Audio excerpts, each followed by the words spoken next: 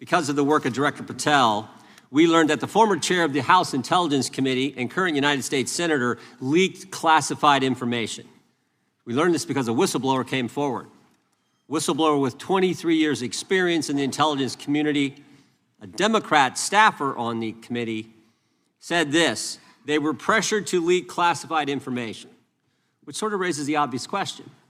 Why would the head of the Intelligence Committee, the chair of that committee, who's supposed to be guarding our secrets, why would he be encouraging the leaking of classified information? Whistleblower told us that answer as well. The leaked information was supposed to be used, the leaked information, false information, was going to be used to indict President Trump. That in the closing days of the Obama administration, the intelligence community assessment was changed. On December 5th, 2016, they had one assessment. That assessment said Russia did not impact the election vote count.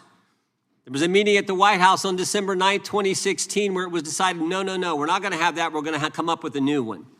And the new one said Russia was trying to influence election and did influence election, which just wasn't accurate. They leaked false information. They leaked classified information. They used and leaked discredited information, and they didn't follow their own rules, all to sabotage President Trump's first term. Hey folks, let's dive into today's explosive House Judiciary Committee hearing, where Reverend Jim Jordan really turned up the heat on Rep. Adam Schiff with some jaw-dropping revelations. Now, if you're into political drama, you're in the right place. So what's the big deal here? Well, Jordan accused Schiff of leaking classified information to undermine former President Donald Trump. According to a whistleblower, a 23-year intelligence veteran, Schiff allegedly encouraged these leaks. And Jordan didn't hold back, questioning why the head of the Intelligence Committee would promote sharing national secrets. If you're as shocked as I am, hit that subscribe button to stay updated with all the latest bombshells. Switching gears, Jordan didn't stop at Schiff. Oh no, he brought former FBI Director James Comey into the fray too. Remember Comey? Jordan pointed out his alleged leaks, citing an Inspector General report that confirmed Comey's breach of FBI policies. According to Jordan, these leaks were part of a grand strategy to discredit Trump. He drew clear parallels between Schiff's alleged actions and Comey's behavior, suggesting a coordinated effort to destabilize Trump's presidency. And get this, Jordan also dropped a bombshell about the intelligence community's December 2016 assessment on Russian election interference. A whistleblower claimed that the Obama administration altered the final report to falsely implicate Russia in supporting Trump. 5 weeks ago, because of the work of Director Patel, we learned that the former chair of the House Intelligence Committee and current United States Senator leaked classified information. We learned this because a whistleblower came forward. Whistleblower with 23 years experience in the intelligence community, a Democrat staffer on the committee, said this: they were pressured to leak classified information, which sort of raises the obvious question. Why would the head of the Intelligence Committee, the chair of that committee, who's supposed to be guarding our secrets, why would he be encouraging the leaking of classified information? Whistleblower told us that answer as well. The leaked information was supposed to be used, the leaked information, false information, was going to be used to indict President Trump. Now, the former chairman wasn't the only person leaking information.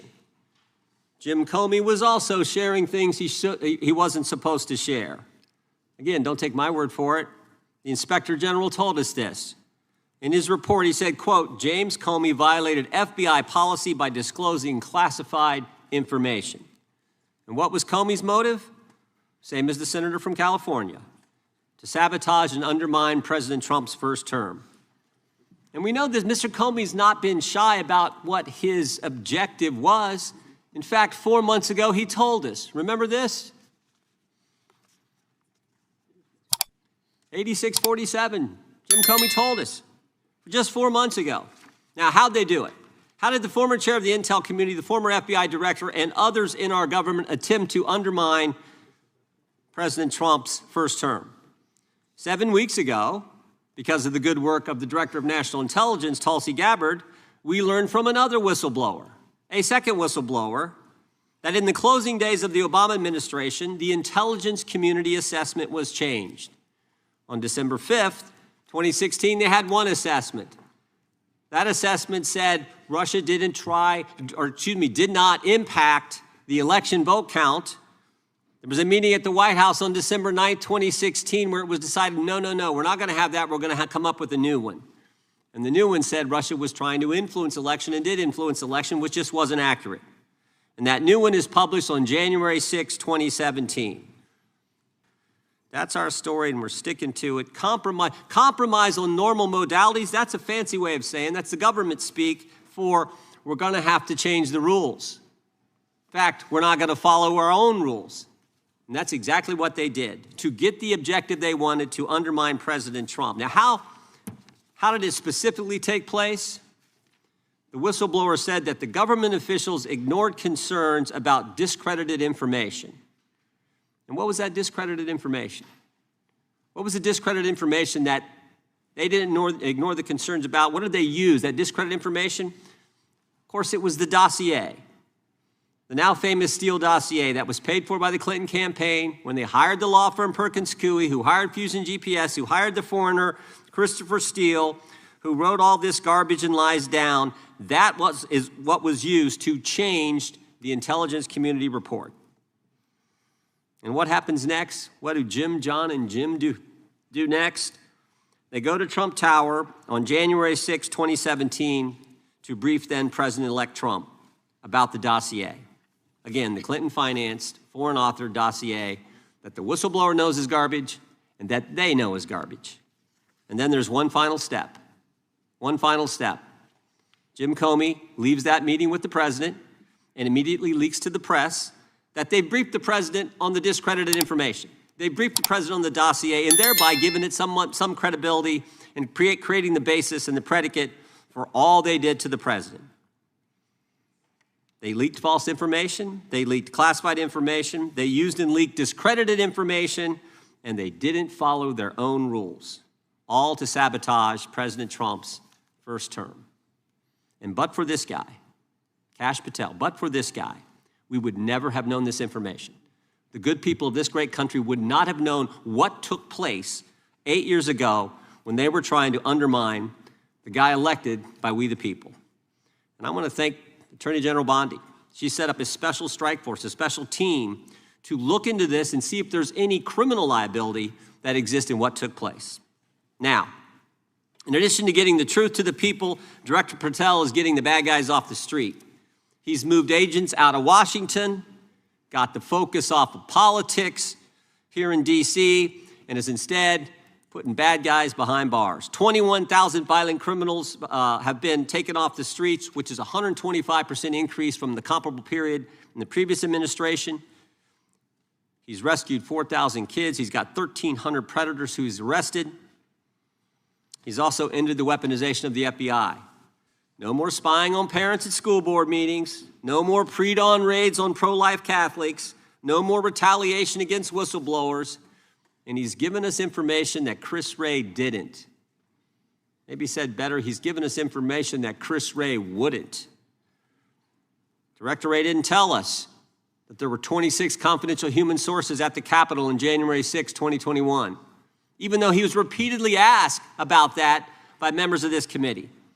Director Wray didn't tell us that there were 17 of those confidential human sources who entered restricted space. 4 went in the Capitol. None of them were arrested. They weren't authorized to do that. They broke the law. None of them were arrested. Lots of American citizens were arrested, but the guys whose whose American tax dollars was used to pay these guys who broke the law, none of them were. One was recommended for charging and was not charged. And Director Patel is saving taxpayers' money. He's not going to build a new headquarters outside of D.C. He's going to keep the headquarters right here in the capital city. Save Americans money. Save the taxpayers money. In 8 months, Director Patel has given us the facts. He's ended the weaponization at the FBI. He's taken bad guys off the streets, and he's saving taxpayers money. But my guess is the Democrats won't focus on all that good news. They'll focus on politics. They'll stick with Comey and Clapper and Brennan and continue to try to undermine President Trump. That I yield to the ranking member for an opening statement. Jordan argued that key figures, including Schiff, manipulated this narrative to tarnish Trump's image. Then, Jordan heaped praise on Kash Patel for his relentless efforts to bring these activities to light.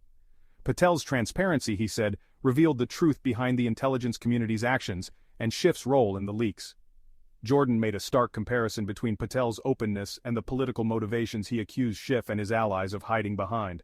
For more on Patel's mission to uncover the truth, don't forget to hit that subscribe button and stay tuned for updates. Wrapping up the hearing, Jordan didn't mince words in his critique of the political establishment. He slammed the Democrats for perpetuating what he called a discredited narrative against Trump while ignoring real corruption. Jordan stressed that this was more than political vendettas. It was about protecting American citizens and ensuring government transparency. Jordan concluded by emphasizing the profound impact of Schiff, Comey, and others on public trust in the government and institutions like the FBI. The American people, he argued, deserve transparency and accountability, not power used for political purposes. Jordan's passionate defense of Trump and his call for truth served as a powerful wrap-up to this contentious hearing. Thanks for watching The Left-Wing Critic, where politics meets passion and we hold power to account. If you're tired of corporate spin and right-wing noise, hit that subscribe button, like the video, and join the movement. The left doesn't stay silent, and neither do we.